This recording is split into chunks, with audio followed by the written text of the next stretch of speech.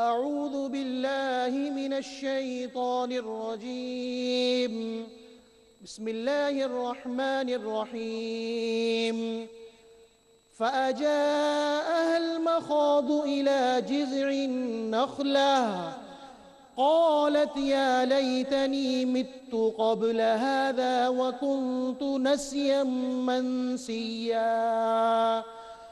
فناداها من تحتها ألا تحزني قد جعل ربك تحتك سريا. وهزي إليك بجذع النخلة تساقط عليك رطبا جنيا. فكلي واشربي وقري عينا فإما ترين من البشر أحدا فقولي إني نذرت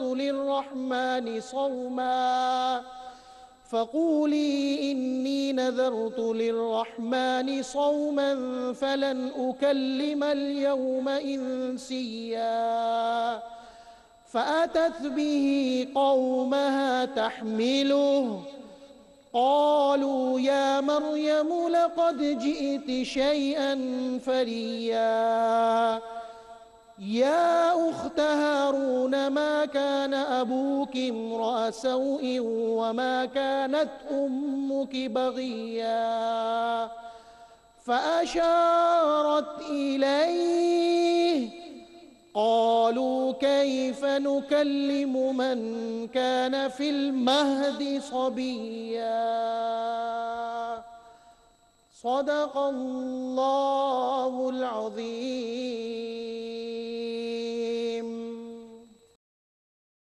الحمد للہ رب العالمین والصلاة والسلام علی سید الانبیاء والمرسلین اما بعد اعوذ باللہ من الشیطان الرجیم بسم اللہ الرحمن الرحیم فأجاءها المخاض إلى جذع النخلة قالت يا ليتني مت قبل هذا وكنت نسيا منسيا.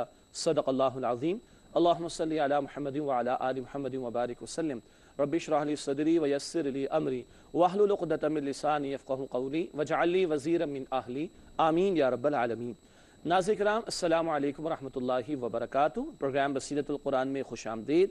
الحمدللہ آج پروگرام نمبر 524 آپ کی خدمت میں پیش کر رہے اور آج انشاءاللہ ہم مطالعہ کریں گے سورہ مریم آیات 23 تا 29 کا. انہی آیات کی تلاوت کے ذریعے الحمدللہ قاری سلمان صاحب نے پروگرام کا باقاعدہ آغاز فرما دیا ہے اور ہمیشہ کی طرح آج بھی ہمارے ساتھ ہمارے نوجوان ساتھی اسٹوڈیوز میں موجود ہیں. مختلف عصری اور دینی تعلیمی اداروں میں اپنی تعلیم مکمل کر رہے ہیں اور ہمارے ساتھ اس پروگرام بصیرت القرآن میں شریک بھی ہو رہے ہیں. آئیے ان کو خوش آمدید کہتے ہیں، پروگرام میں شامل کرتے ہیں. السلام علیکم ورحمۃ اللہ وبرکاتہ. خیریت سے بیٹا آپ کو؟ ماشاءاللہ. ناظرین کرام سب سے پہلے ہم سب کی ترغیب تشویق و یاد دہانی کے لیے رسول اکرم صلی اللہ علیہ وآلہ وسلم کا ایک مبارک فرمان پیش خدمت ہے. آئیے قرآن سیکھیں. فرمان نبوی صلی اللہ علیہ وآلہ وسلم: قرآن کریم تمہارے حق میں حجت ہوگا یا تمہارے خلاف. صحیح مسلم کی روایت ہے. حجت کا مطلب تمہارے لیے سفارش کرے گا یا تمہارے خلاف شکایت کرے گا. استغفر اللہ. پچھلے پروگرام میں قرآن کے حقوق کا بیان آیا تھا نا، ایمان، تلاوت، فہم، عمل، تبلیغ. یہ کام کریں گے تو انشاءاللہ ہمارے لیے سفارش کرے گا، اور اگر ان کاموں کو بھلا دیا ہم نے استغفر اللہ تو یہ قرآن شکایت بھی کرے گا. یہ حدیث بتا رہی ہے اللہ ہمارے حق میں قرآن کو سفارش کرنے والا بنائے نہ کہ شکایت کرنے والا. ناظرین کرام اس کے بعد چلتے ہیں ترجمے کی طرف. سورہ مریم کی آیات 23 سے 29 کا ترجمہ پیش خدمت. ارشاد ہوا: پھر لے آیا انہیں درد ذہ ایک کھجور کے تنے کے پاس. مریم کہنے لگی اے کاش میں مر چکی ہوتی اس سے پہلے اور ہو جاتی بھولی بسری. تو پکارا انہیں فرشتے نے ان کے پاس سے ٹیلے کے نیچے سے کہ آپ غمگین نہ ہوں، جاری کر دیا ہے آپ کے رب نے آپ کے نیچے سے ایک چشمہ، اور ہلائیے اپنی طرف کھجور کے تنے کو، وہ گرائے گا آپ پر پکی کھجوریں، بس کھائیے اور پیجئے اور ٹھنڈا کیجئے آنکھوں کو بچے کو دیکھ کر. پھر اگر آپ دیکھیں انسانوں میں سے کسی کو تو کہیے اشارے سے کہ بے شک میں نے نظر مانی ہے رحمان کے لیے روزے کی، پس میں ہرگز بات نہ کروں گی آج کسی انسان سے. پھر مریم لے آئیں اس بچے کو اپنی قوم کے پاس اٹھائے ہوئے تو لوگوں نے کہا اے مریم یقیناً تم نے تو بڑی عجیب حرکت کی ہے. اے ہارون کی بہن تمہارے والد برے آدمی نہیں تھے اور نہ ہی تمہاری والدہ برائی کرنے والی تھیں۔ پھر اشارہ کیا مریم نے بچے کی طرف، تو لوگوں نے کہا ہم کیسے بات کریں اس سے جو بچہ گود میں ہے۔ ناظرین کرام، یہ ترجمہ سورہ مریم کی آیات 23 تا 29 کا۔ بات اور آگے بڑھ رہی ہے، تشریح بعد میں بیان کریں گے۔ چلتے ہیں ربط آیات کی طرف۔ گزشتہ آیات اور آج کی زیر مطالعہ آیات کا باہمی تعلق، ٹھیک ہے۔ ربط آیات کے حوالے سے پہلی بات، گزشتہ آیت میں حمل ٹھہرنے کے بعد حضرت مریم سلام علیہا کا لوگوں سے دور ایک مقام پر چلے جانے کا بیان تھا۔ یہ ذکر پچھلے نشست میں آگے کہ وہ ایک دور مقام پر چلی گئیں۔ اب کیا ہے آئیے دیکھتے ہیں۔ اب حضرت عیسیٰ علیہ السلام کی معجزانہ ولادت کا ذکر ہے۔ ولادت بھی ان کی ہو جائے گی اور اس کے بعد وہ اپنی قوم کی طرف واپس بھی آئیں گی، بی بی مریم سلام علیہا۔ اس کے بعد ناظرین کرام تعارف کی طرف چلتے ہیں، جو باتیں تفصیل سے بعد میں تشریح میں آئیں گی ان کا ایک خاکہ یا ایک آؤٹ لائن پہلے پیش کرتے ہیں۔ پہلی بات تعارف کے حوالے سے، حضرت مریم سلام علیہا کو کھانے پینے کا سامان معجزانہ طور پر مہیا کیا گیا۔ بات تفصیل سے آ جائے گی، پانی کا ذکر بھی آئے گا اور کھجور کا بیان بھی آئے گا۔ اگلا نقطہ تعارف کے ذیل میں، قوم کے لوگوں نے حضرت مریم کے نیک والدین کا ذکر کر کے حضرت مریم کی ملامت کرنا چاہی۔ آخری نقطہ تعارف کے طور پر، حضرت مریم کے متعلق برا گمان کرنے والی قوم کو جواب دینے کے بجائے حضرت مریم نے بچے کی طرف اشارہ کر دیا۔ بچے کون ہیں؟ حضرت عیسیٰ علیہ السلام۔ اور قوم پریشان کی بات کیسے کرے گا، اور اگلی نشست میں بتائیں گے، بات بھی کریں گے اور پوری تقریر کریں گے۔ حضرت عیسیٰ علیہ السلام پوری تقریر کریں گے، وہ اگلے نشست میں انشاءاللہ آیات ہمارے زیر مطالعہ آئیں گی۔ ناظرین کرام، اس کے بعد تجزیہ پیش خدمت ہے، یعنی ہر آیت میں کیا موضوع یا ٹاپک زیر گفتگو آتا ہے، ٹھیک۔ سورہ مریم آیات 23 سے 29 کا تجزیہ۔ سب سے پہلے سورہ مریم آیت نمبر 23، حضرت مریم سلام علیہا کو وضع حمل کی تکلیف، اسی کو درد ذہ بھی کہا جاتا ہے، وہ ذرا گاڑی اور پرانی اردو ہے۔ وضع حمل یعنی ولادت کا موقع آنا بچے یا بچی کے حوالے سے۔ اگلی آیت آیت نمبر 24 تا 25، اللہ کی معجزانہ مدد، وہی پانی اور کھجور کا اہتمام۔ اور اگلی آیت آیت نمبر 26، چپ کا روزہ، اس کو سمجھیں گے انشاءاللہ۔ اگلی آیت آیت نمبر 27 سے 28، حضرت مریم پر قوم کی تنقید۔ اور آخری آیت آیت نمبر 29 سورہ مریم، حضرت مریم کا قوم کو جواب، خود جواب نہ دیا بلکہ بچے کی طرف اشارہ کیا ہے۔ ناظرین کرام، الحمدللہ زیر مطالعہ آیات کا ترجمہ، ربط آیات، تعارف و تجزیہ کا بیان مکمل ہوا۔ اب وقت آیات کی تشریح کا مطالعہ شروع کرتے ہیں۔ سب سے پہلے سورہ مریم آیت نمبر 23 کا ارشاد ہوا قرآن حکیم اس مقام پر، فَأَجَاءَهَا الْمَخَاضُ إِلَى جِذْعِ النَّخْلَةِ قَالَتْ يَا لَيْتَنِي مِتُّ قَبْلَ هَذَا وَكُنْتُ نَسِيًّا مَنْسِيًّا۔ ترجمہ پیش خدمت ہے، ارشاد ہوا پھر لے آیا انہیں درد ذہ ایک کھجور کے تنے کے پاس۔ مریم کہنے لگی اے کاش میں مر چکی ہوتی اس سے پہلے اور ہو جاتی بھولی بسری۔ یہ ترجمہ ہے آیت نمبر 23 کا سورہ مریم کے حوالے سے۔ تشریح کی طرف چلتے ہیں۔ پہلی بات، حضرت مریم سلام علیہا نے زچگی کے درد سے بےتاب ہو کر ایک کھجور کے تنے کا سایہ لیا۔ زچگی یہ بچے کی ولادت کے موقع کا حوالہ دیا جا رہا ہے۔ اگلا نقطہ، وہ رسوائی کے تصور سے موت کی تمنا کرنے لگی۔ ظاہری بات ہے، ایک خاتون کا سب سے بڑا زیور کیا ہے؟ اس کی حیا، اس کی عزت۔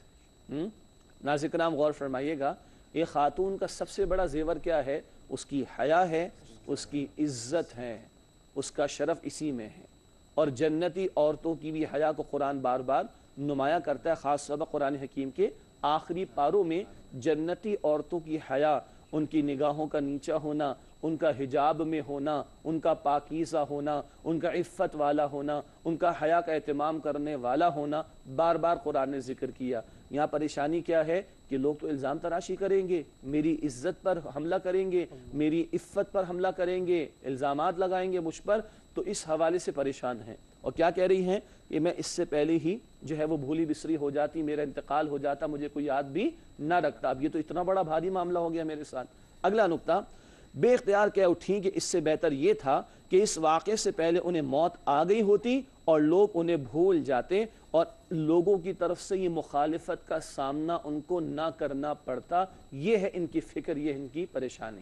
آج کیا ہے ناظرین کرام، آج تو عورتوں کے بولڈ ہونے کی بات ہے نا، سینہ تان کا بھرے مجمع سے خطاب کرنا، سینہ تان کا لوگوں کو فیس کرنا، آنکھوں میں آنکھیں ڈال کر بات کرنا، آج اس کو عورت کا بولڈ ہونا کہا جاتا ہے، ایڈوانسمنٹ کہا جاتا ہے۔ یہ ذلت ہے عورت کے لیے، اور عورت کو شمع محفل بنا کر ذلیل کیا جاتا ہے، رسوا کیا جاتا ہے۔ بی بی مریم سمجھا رہی ہیں کہ عورت کا اصل زیور کیا ہے۔ بی بی مریم بتا رہی ہیں کہ عورت کی اصل عزت اور شرف اور تکریم کس بات میں ہے، وہ اس کی حیا میں ہے اور وہ اس کے پوشیدہ رہنے میں ہے۔ یہ ہے جو بی بی مریم سبق ہماری عورتوں کو بھی گویا کے دے رہی ہیں۔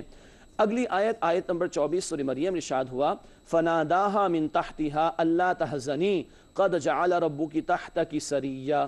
ترجمہ، تو پکارا انہیں فرشتے نے ان کے پاس سے ٹیلے کے نیچے سے کہ آپ غمگین نہ ہوں، جاری کر دیا ہے آپ کے رب نے آپ کے نیچے سے ایک چشمہ۔ یہ ترجمہ ہے آیت نمبر 24 کا، اور اب موزانہ مزید باتوں کا بیان آ رہا ہے۔ ترجمے کے بعد تشریح کا پہلا نقطہ، آواز دینے والے حضرت جبرائیل علیہ السلام تھے جنہوں نے حضرت مریم کو تسلی دی۔ کئی مفسرین کی رائے یہی ہے کہ جبریل امین ہی تھے علیہ السلام، اور وہ ٹیلے پر تھیں حضرت مریم سلام علیہا، نیچے سے انہوں نے آواز دی ہے اور تسلی دی ہے۔ کیا آگے لکھا ہے، بطور معجزہ اللہ نے ان کے پاؤں تلے چشمہ جاری کر دیا تاکہ وہ اپنی پانی کی ضرورت پوری کر سکیں۔ وہاں تھا نہیں، اللہ نے اپنے حکم اور اللہ نے اپنے فضل سے وہاں چشمہ جاری کر دیا۔ کیوں؟ بی بی مریم کو کہیں پانی لینے جانا پڑتا تو بڑی دقت ہوتی، مشقت ہوتی، اللہ نے معجزانہ طور پر چشمہ جاری فرما دیا تاکہ پانی کی ضرورت پوری ہو جائے۔ ناظرین کرام، اگلی آیت ہے سورہ مریم، آیت نمبر 25، ارشاد ہوا وَهُزِّي إِلَيْكِ بِجِذْعِ النَّخْلَةِ تُسَاقِطْ عَلَيْكِ رُطَبًا جَنِيًّا۔ ترجمہ، اور ہلائیے اپنی طرف کھجور کے تنے کو، وہ گرائے گا آپ پر پکی کھجوریں۔ یہ آیت نمبر 25 کا ترجمہ۔ اب کھانے کا بیان آ رہا ہے۔ تشریح کے حوالے سے پہلی بات، حضرت جبرائیل علیہ السلام نے حضرت مریم کو کھجور کے درخت کو ہلانے کو کہا تاکہ کھجوریں نیچے گریں اور انہیں خوراک میسر ہو سکے۔ پانی کا چشمہ کس نے جاری کیا؟ اللہ نے۔ درخت موجود ہے اور درخت کو ہلانے کی تلقین کی جا رہی۔ اس میں بڑا قیمتی نقطہ ہے، آگے لکھا ہے چشمہ اللہ تعالیٰ نے جاری فرما دیا، مگر حضرت مریم کو درخت ہلانے کی تلقین۔ جو اللہ چشمہ جاری فرما سکتا ہے وہ کھجوریں بھی گرا سکتا ہے، لیکن نہیں، جو بس میں تھا وہ کروایا جا رہا ہے۔ چشمہ جاری کرنا بی بی مریم کے بس میں تو نہیں تھا، پانی لے کر آنا مشقت کی بات ہوتی، مگر تنے کو ہلانا وہیں بیٹھے بیٹھے تو ممکن ہے نا۔ تو اللہ یہی چاہتے ہیں جتنا تمہارے بس میں اترا تو تم کرو۔ یہی بات آگے ہم نے لکھی، توکل اور تدبیر میں توازن۔ توکل کیا ہے؟ اللہ ہی پر بھروسہ ہو سب کچھ ہونے کا، مگر اللہ فرماتے تدبیر بھی اختیار کرو، اسباب بھی اختیار کرو۔ توازن کیا ہے؟ ہمارے بس میں جو بس وہ کر لیں، اور نتیجہ کس پر چھوڑ دیں؟ اللہ سبحانہ وتعالیٰ پر۔ ناظرین کرام، یہ بڑا قیمتی نقطہ ہے۔ ایسا نہیں کہ تقدیر کا بہانہ بنا کر امت جو ہے فارغ ہو کر بیٹھ جائے کہ ہماری تو تقدیر ہی ایسی ہو۔ بھائی جو تمہارے بس میں وہ تم کرو۔ تو بی بی مریم کے لیے وہ بیٹھے بیٹھے یا لیٹے لیٹے ہلانا ممکن تھا، وہ ان سے کرایا گیا، اور چشمہ اللہ تعالیٰ نے خود جاری فرما دیا۔ ناظرین کرام، اگلی چند آیات کا مطالعہ آپ کے سامنے پیش کریں گے، تاہم ایک وقفہ اس کا بھی حق ہے کہ وہ آپ کے ہمارے درمیان آتا رہے۔ تو آپ سے ملاقات کرتے ہیں ایک وقفے کے بعد۔ السلام علیکم ورحمۃ اللہ وبرکاتہ۔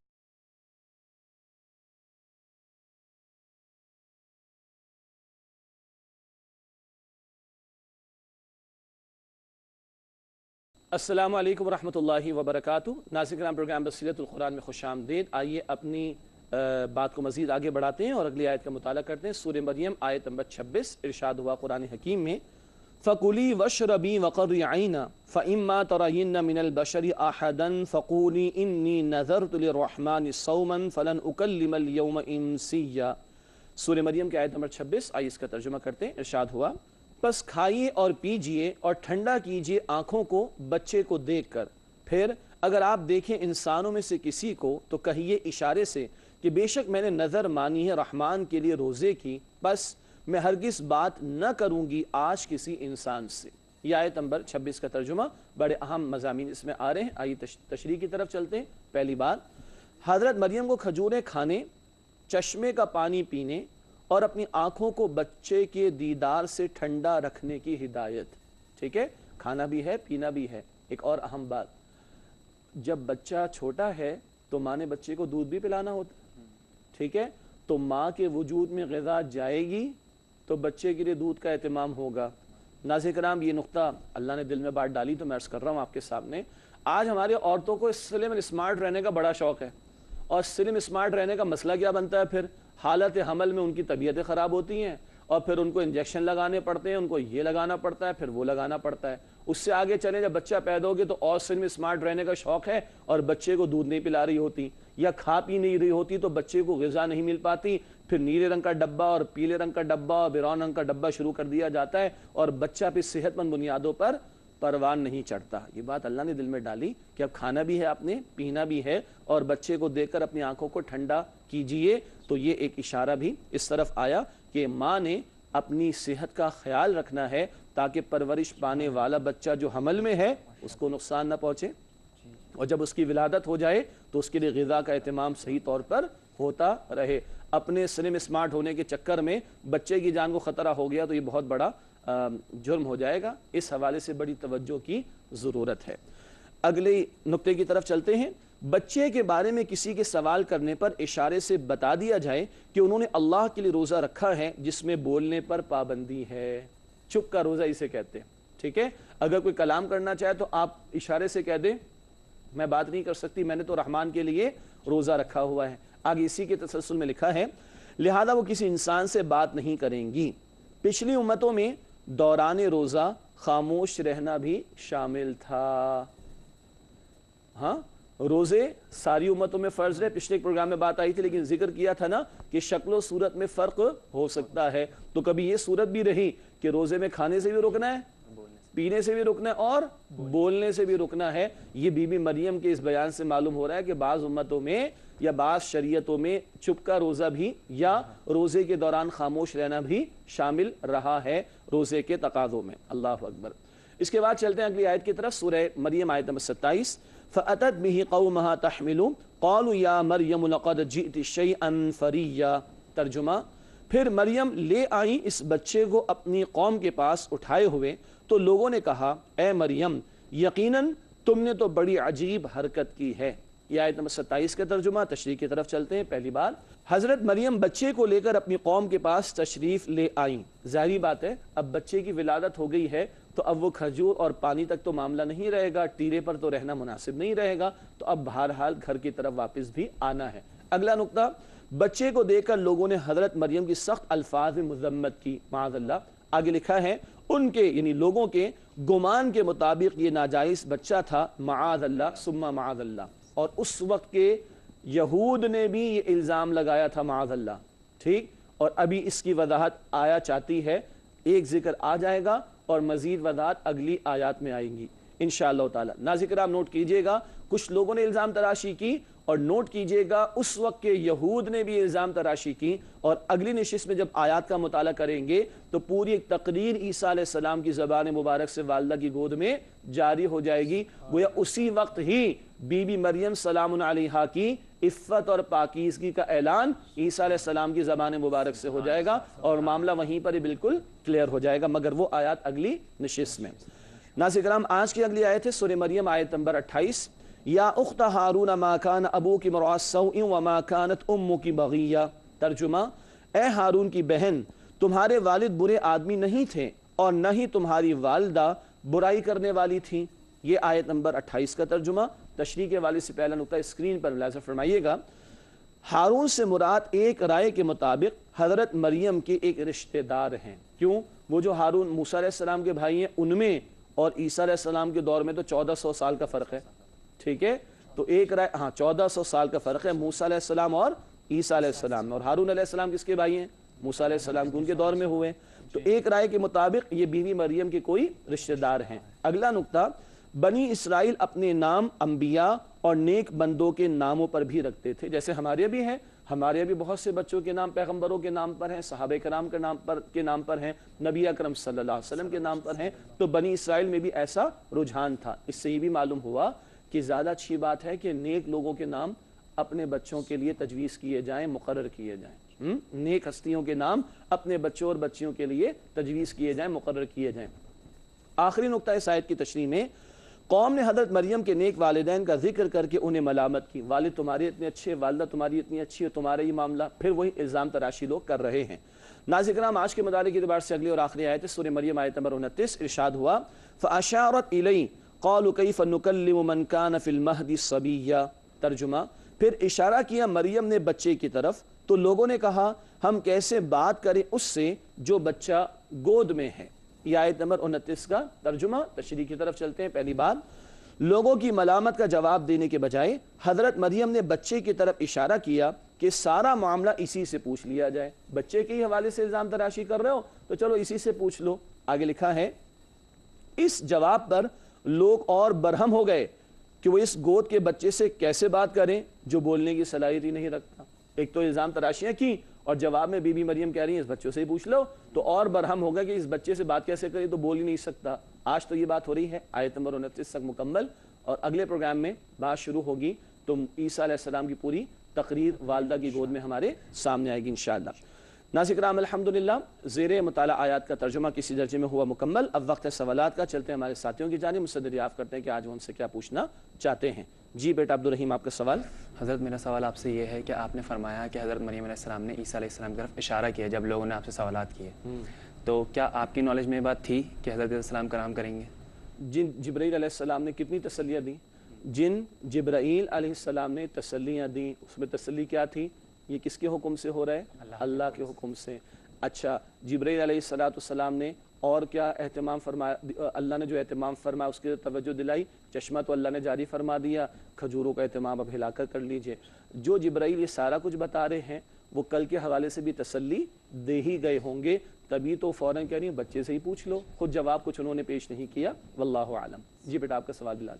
میرا سوال آپ سے یہ ہے کہ حضرت مریم سلام اللہ علیہا کے قدموں کے نیچے جو چشمہ اللہ رب العزت نے جاری فرمایا، تو حضرت مریم اللہ کی ولیہ ہیں، تو یہ ان کی کرامت کہہ سکتے ہیں ہم اس کو کہ یہ ان کی کرامت تھی؟ بالکل، جس کو ہم کہتے ہیں نا خرق عادت کوئی کام ہونا، عام حالات اور اسلوب اور قوانین سے ہٹ کر کوئی کام ہونا، یہ انہونی بات ہوتی ہے، عام لوگوں کے بس کی بات نہیں۔ جب یہ کسی پیغمبر کے ہاتھوں جاری ہو تو وہ معجزہ ہوتا ہے، اور غیر پیغمبر غیر نبی کے ہاتھوں جاری ہو تو کرامت کہلاتی ہے۔ البتہ پیغمبر معجزے کو پیش کرتے ہیں اور کہتے جو نہیں مانے گا وہ عذاب میں مبتلا ہوگا، لیکن اولیاء اللہ کرامت کے بارے میں ایسا پیش نہیں کرتے کہ نہیں مانو گے تو تم جہنم میں جاؤ گے، ایک بنیادی فرق ہو جائے گا۔ اور آخری بات ہے کہ ہاں اللہ کے اولیاء، ان کے ذریعے اللہ تعالیٰ کے حکم سے کرامات کا ظہور ہوتا رہا۔ البتہ بزرگوں نے بڑی پیاری بات بیان فرمائی، سب سے بڑی کرامت کیا ہے؟ وہ صحابہ کرام کی ہے۔ انبیاء کے بعد سب سے بڑے اولیاء اللہ کون ہے؟ صحابہ۔ صحابہ کرام کی سب سے بڑی کرامت کیا ہے؟ ان کی ساری زندگی اتباع رسول میں گزری صلی اللہ علیہ وآلہ وسلم۔ ٹھیک، آپ کی اجازت سے ناظرین سے ایک نقطہ بات کرتے ہیں اس پر۔ ناظرین کرام، بزرگوں نے فرمایا کہ ہوا میں اڑ کر تو کوئی بھی دکھا دے گا، پانی پر چل کر بھی کوئی دکھا دے گا، ذرا 25-30 سال اپنی بیوی کے ساتھ سنت کے مطابق عمل کر کے تو دیکھو، لگ پتہ جائے گا پھر، اور پھر جب عمل کرو گے تو یہ بہت بڑی کرامت ہو۔ پتہ ہے نا سب کو کتنا مشکل معاملہ ہے۔ تو بہرحال کرامات حق ہیں اور اولیاء اللہ کے ہاتھوں ظہور ان کا ہوتا ہے۔ البتہ بزرگوں نے یہ بھی فرمایا کہ صحابہ کرام کی سب سے بڑی کرامت کیا تھی؟ وہ نبی محترم صلی اللہ علیہ وسلم کی اتباع ایک ایک عمل میں ایک ایک قدم پر کیا کرتے تھے۔ ٹھیک، جی بیٹا عبدالرحمن، آپ کا سوال۔ حضرت میرا سوال آپ سے یہ ہے کہ آپ پہلے یہ بات بیان کر چکے ہیں کہ ہمارا عقیدہ بھی الحمدللہ کہ اللہ تعالیٰ ہر چیز پر قادر ہے، علی کل شیء قدیر ہے، اور دوسری بات آپ نے یہ کہی کہ سب معاملات ہمیں اللہ تعالیٰ کے ذمے نہیں چھوڑنے، کچھ معاملات ہمیں خود بھی لے کر چلنے۔ ٹھیک ہے، تو اس میں کوئی ایسا بیچ کا راستہ آپ ڈسکرائب کر دیں جس سے یہ بات تھوڑی واضح ہو تھوڑی واضح ہو جائے۔ اچھا، میں نے یہ عرض شاید نہیں کیا تھا کہ کچھ اللہ کے حوالے کریں کچھ ہم لے لیں، نہیں، میں نے شاید یہ عرض کیا تھا کہ اسباب اختیار کرنے ہیں، یہ آپ بھی یہی کہنا چاہ رہے ہیں ماشاءاللہ، اسباب اختیار کرنے ہیں لیکن نتیجہ مسبب الاسباب پر چھوڑنا ہے۔ اچھا، دو سادہ سے جملے حدیث شریف میں، ایک صاحب نے آ کر عرض کی کہ اللہ کے پیغمبر صلی اللہ علیہ وآلہ وسلم، یہ میرا اونٹ ہے، میں اس کو باندھوں پھر اللہ پر توکل کروں کہ اللہ حفاظت فرمائے گا، یا کھلا چھوڑ دوں اور اللہ پر توکل کر لوں، اللہ علی کل شیء قدیر ہے؟ آپ نے فرمایا کہ نہیں، اونٹ کو باندھو بھائی، اونٹ کو باندھو اور پھر اللہ پر توکل کرو۔ ہاں اچھا آج گاڑی کی مثال لے لیتے ہیں نا، موٹر سائیکل کی مثال. باندھنے میں کیا ہوگا؟ کوئی چھوٹا لاک لگائے گا، کوئی بڑا لاک لگائے گا، کوئی زنجیر والا لگائے گا، کوئی وائر والا لگائے گا. گاڑی ہوگی تو کوئی وہ آٹومیٹک لگائے گا، کسی کا سستا ہوگا کسی کا مہنگا. جو بس میں وہ کر لے گا. کوئی 1000 روپے کا لاک لگا رہا ہوگا موٹر سائیکل میں، کوئی 100 روپے کا لگا رہا ہوگا. جو بس میں وہ تو کر لو، لیکن نتیجہ پھر بھی اللہ کے اختیار میں. بعض اوقات موٹر سائیکل اور گاڑیاں ان لاک کھڑی ہوتی ہیں پوری رات اور کھڑی کی کھڑی رہتی ہیں، اور بعض اوقات 2 لاک لگے ہوتے ہیں، اور آپ کو پتہ ہے پھر کیا ہوتا ہے. تو ہوگا اللہ ہی کے حکم سے، مگر اونٹ باندھنا ہے اور پھر اللہ سبحانہ و تعالیٰ پر توکل کرنا ہے. یہ ہے بالکل وہ درمیان والی بات، جو توازن کی بات جو رسالت مآب صلی اللہ علیہ وسلم نے ہمیں سکھا دی ہے. ناظرین کرام الحمدللہ سوالات ان کے جوابات آپ کی خدمت میں پیش کیے گئے. پروگرام کے آخری لمحات میں آخری مختصر سیگمنٹس کی طرف چلتے ہیں. اس زمن میں سب سے پہلے قرآنی معلومات کا نقطہ پیش خدمت اور خاندانی زندگی کے حوالے سے کچھ بنیادی ہدایات قرآن حکیم کی آپ کے سامنے ہم رکھ رہے ہیں. گزشتہ چند دنوں سے آج کا نقطہ نوٹ کیجئے گا، بہت قیمتی. اللہ کا تقوی اختیار کرو جس کا نام لے کر سوال کرتے ہو، اور رحمی رشتوں کا لحاظ رکھو. سورۃ النساء آیت نمبر 1. واتقوا اللہ الذی تساءلون بہ والارحام، اور اللہ کا تقوی اختیار کرو جس کا نام لے کر سوال کرتے ہو، رحمی رشتوں کا خیال رکھو. نکاح جب ہوتا ہے تو اللہ کا نام درمیان میں لاتے ہیں، بس نکاح کے بعد بھولنا نہیں چاہیے اللہ کو. ٹھیک جی ناظرین کرام، جب اللہ کو بھول جاتے ہیں تو گھروں میں گڑبڑ ہوتی ہے. پھر شوہر کہتے ہیں ہم کسی سے کم نہیں، تو بیوی کہتی ہے ہم بھی کسی سے کم نہیں، ہمارے بھی بھائی ہمارے بھی ابا ہیں. اور جب یہ ہو تو پھر کیا ہوتا ہے، گھر کا نقشہ وہ سب کو پتہ ہے. اور شوہر کو یاد رہے کہ اللہ دیکھ رہا ہے، اور بیوی کو بھی یاد رہے کہ اللہ دیکھ رہا ہے، تو معاملات اچھے ہوں گے انشاءاللہ تعالی. اللہ تعالی ہمیں اس کا لحاظ رکھنے کی توفیق عطا فرمائے، اور رحمی رشتے، قریبی خونی رشتے، ان کا بھی حق ادا کرنے کی توفیق عطا فرمائے. ناظرین کرام اس کے بعد حاصل مطالعہ پیش خدمت ہے. خلاصہ یہ ریکیپ ان باتوں کو جو تفصیل سے تشریح میں آ چکی. اس حوالے سے آج بھی 3 باتیں. پہلی بات، اللہ تعالیٰ نے بطور معجزہ حضرت مریم سلام علیہا کے کھانے کے لیے کھجوریں اور پینے کے لیے چشمے کا انتظام فرما دیا. البتہ تنا ہلانے کی تلقین بھی کی گئی، اپنے حصے کا کام ہم نے کرنا ہے. اگلا نقطہ حاصل مطالعہ میں، حضرت مریم بچے کو اٹھائے قوم کے پاس آئیں تو قوم نے انہیں سخت تنقید کا نشانہ بنایا. اور آخری بات، حضرت مریم نے قوم کو جواب دینے کے بجائے واقعے کے متعلق بچے سے دریافت کرنے کا اشارہ کیا، اور بچے بھی سبحان اللہ عیسیٰ علیہ السلام ہیں. تقریر فرمائیں گے جو اگلے پروگرام میں ہم سمجھیں گے انشاءاللہ. ناظرین کرام اس کے بعد جائزہ سیلف اسسمنٹ، ہم کہاں کھڑے ہیں. آئیے 3 سوالات آج بھی سمجھتے ہیں، جائزہ لیتے ہیں. پہلا سوال، کیا ہم تقدیر کا بہانہ بنا کر محنت سے جی تو نہیں چراتے؟ بہت سے لوگوں سے کہتا ہے میں نماز پڑھوں، وہ اللہ چاہے گا تو نماز پڑھ لیں گے. بھائی اللہ تو چاہتا ہے، اللہ نے تو حکم دیا ہے، تم بھی تو چاہو، تم اونٹ بھی تو باندھو نا. اونٹ بھی تو باندھنا پڑے گا، محنت تو کرنی پڑے گی، دکان چھوڑنی تو پڑے گی، صبح نیند قربان تو کرنی پڑے گی، ارادہ تو کرنا پڑے گا، وضو کے لیے اٹھنا تو پڑے گا، تو پھر اور آگے بڑھو گے انشاءاللہ. ہاں اچھا، کبھی کسی نے کہا کہ دعا کرنا دکان چلا جاؤں؟ کبھی کسی نے دعا کرائی؟ کبھی کسی دعا کیجیے گا میں کالج چلا جاؤں، دعا کیجیے گا میں بزنس پہ چلا جاؤں؟ نہیں نا. ان سارے کاموں کو اپنا کام سمجھ لیا ہم نے، ہے نا. حالانکہ یہ ساری ذمہ داری رزق کی کس کی ہے؟ ہاں، اللہ کے حصے کا اپنے اوپر ڈال دیا. اور نماز میں نے ادا کرنی، وہ دعا کرنا جی نماز پڑھ لوں میں. وہ بھائی تم نے کرنا ہے، رزق کی کوشش کرنی مگر دے گا اللہ، لیکن نماز تم نے ادا کر دی ہے. تو عمل سے فارغ ہوا مسلمان بنا کے تقدیر کا بہانہ بنا کر جی نہیں چرانا، محنت اپنی سی کرنی ہے، نتیجہ پھر اللہ ہی کے اختیار میں ہے. اگلا سوال جائزے کے طور پر، کیا ہم اللہ تعالیٰ کی لامحدود قدرت پر یقین رکھتے ہیں؟ اللہ چاہے تو پانی بھی جاری فرما دے. آج ہمیں پانی کی پرابلم ہے نا، کبھی کبھی کہتے کہ 3rd ورلڈ وار پانی پر نہ ہو جائے، پیٹرول پر نہیں پانی پر نہ ہو جائے. تو اللہ تعالیٰ کی خزانوں میں کمی تو نہیں ہے. جنگل بیاباں تھا، خانہ کعبہ تھا، اور وہاں کیا ہوا، وہاں بھی خاتون تھی، اماں ہاجرہ تھیں، ان کی ادا اللہ کو پسند آئی. اللہ نے جبرائیل کو بھیجا، پر مارا، زمزم جاری، قیامت تک جاری. اللہ اکبر کبیرہ. اللہ کے لیے کوئی مشکل ہے؟ صحرا میں پانی جاری فرما دیا اللہ سبحانہ وتعالیٰ نے. کیا ہم اللہ تعالیٰ کی لامحدود قدرت پر یقین رکھتے ہیں؟ کیا سب کچھ ہونے کا یقین اللہ ہی کی ذات کے حوالے سے رکھتے ہیں؟ یہ ہے یقین کی کمی آج ہم مسلمانوں کا سب سے بڑا مسئلہ. آخری سوال جائزے کے طور پر، کیا ہم لوگوں کی تنقید کو تحمل سے سننے کا حوصلہ رکھتے ہیں؟ کبھی اولاد بھی کریکشن کر سکتی ہے ماں باپ کی، البتہ ادب کے ساتھ کرنی ہے. تو ماں باپ کے اندر حوصلہ ہونا چاہیے کہ اگر کوئی توجہ اولاد اپنا ہی تو خون ہے دلا رہی ہے تو سن تو لیں. اگر کوئی پڑوسی ہے، رشتہ دار ہے، سن تو لیں. اگر کوئی شاگرد استاد کی توجہ دلانا چاہ رہا ہے، ہاں ادب کے ساتھ ہوگا، سن تو لیں. اور کوئی اپنے آپ کو عالم سمجھتا ہے، علامہ سمجھتا ہے اور پتہ نہیں کیا کیا سمجھتا ہے، وہ اللہ کے بندو یہ سب بجا ہے مگر خطا سے کوئی پاک نہیں. تو اگر ہمارے سننے والوں میں سے کوئی ہماری توجہ دلا کر ہماری اصلاح کر دے تو فائدہ کس کا ہے؟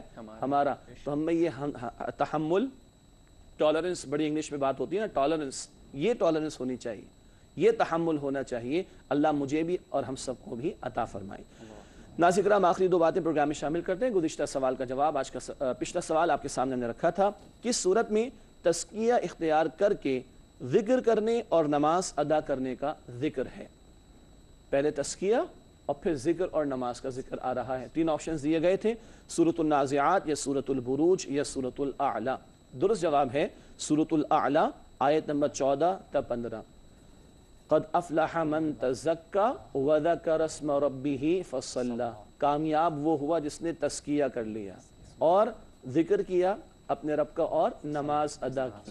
دل صاف اور پاک نہ ہو تو نماز میں بھی کبھی کرکٹ کے میچ چل رہے ہوتے ہیں، ہے نا، اور کبھی حالات حاضرہ چل رہے ہوتے ہیں، اور کبھی کچھ اور جو بیان کرنا مناسب نہیں ہے. تو یہ صفائی ضروری ہے. وہ جو کہا کسی نے کہ میں جو سر بسجدہ ہوا کبھی تو زمین سے آنے لگی صدا، تیرا دل تو ہے صنم آشنا، تجھے کیا ملے گا نماز میں. مال کا بت بنا کر رکھا ہوا ہے، نماز میں بھی 100 کے 1000 کیسے انہیں اسی چکر میں لگا ہوا ہے، تو نماز میں دل کا لگے گا بھائی. تو اس دل کی صفائی اور ستھرائی اور پاکیزگی اور تزکیہ بھی ضروری ہے. اللہ ہم سب کو عطا فرمائے. ناظرین کرام، آج کا سوال نوٹ کیجئے گا. آج کا سوال ہے، کس صورت میں ذکر ہے کہ انسان میں بدی اور نیکی دونوں کی صلاحیت رکھی گئی ہے؟ کس صورت میں ذکر ہے کہ انسان میں بدی اور نیکی دونوں کی صلاحیت رکھی گئی ہے؟ تین آپشنز آج بھی ہیں. پہلا آپشن سورۃ الشمس، دوسرا آپشن سورۃ اللیل، اور آخری تیسرا آپشن سورۃ البینہ. سورۃ الشمس یا سورۃ اللیل یا سورۃ البینہ. درست جواب اگلے پروگرام میں آپ سے شیئر کریں گے، اور اسی کے ساتھ اجازت چاہیں گے.